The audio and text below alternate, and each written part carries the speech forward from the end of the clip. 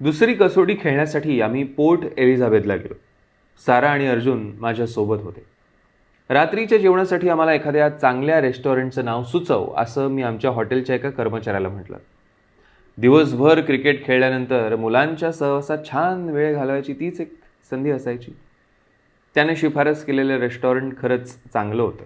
म्हणजे तिथे मुलांना खेळण्यासाठी भरपूर मोकळी जागा होती.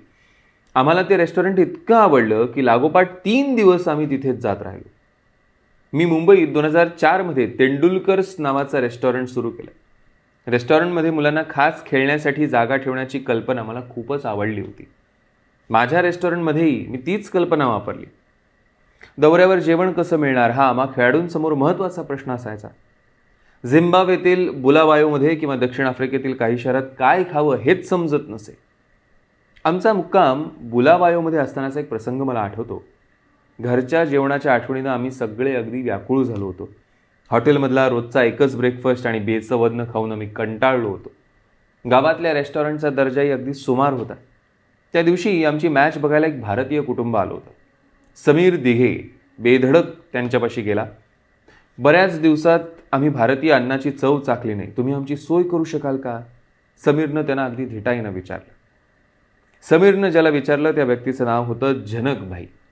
आता जनकभाई गुजराती होता आणि झिम्बाब्वेमध्ये स्थायिक झालेला.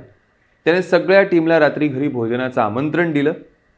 त्या रात्री जनकबाईंच्या घरी सर्वांनी गुजराती पद्धतीचा डाळ, भात, घी यावर अगदी यथेच्छ ताव मारला. प्रत्येकानं अधाशीपणानं भातावर 3-3 चमचे तूप ओतून घेतलं.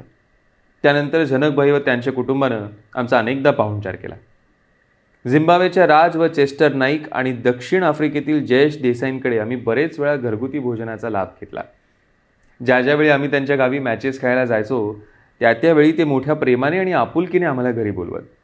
बऱ्याचदा रवी शास्त्री आमच्याबरोबर जेवायला असे. रवीचे ते फार जुने दोस्त होते. नंतर माझी त्यांच्याशी मैत्री झाली.